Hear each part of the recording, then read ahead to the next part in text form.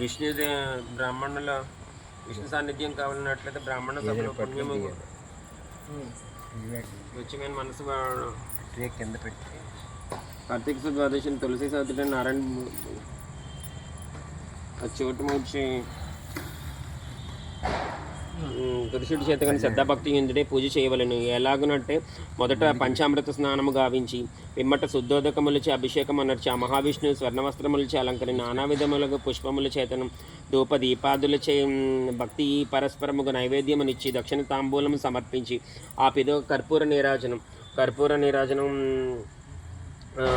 సమర్పించి లోకంబునందడి ప్రకారము పూజలు గావించుచుండును. అతడు సకల పాపములచే విడిబడి సమస్త సంపత్ వృద్ధులు కలిగి మిగుల జయశాలి అయి ఉండును. ఆ చోట గూడ్చి గోమయము చేత పూజించి ఆ తర్వాత గీతావాద్యములతోనూ వేదఘోషలతోనూ తులసి కథను వినవలిగిను. పూజ చేసిన తర్వాత సంతుష్టుడుగానున్న స్వచ్ఛమైన మనస్సు గలవాడును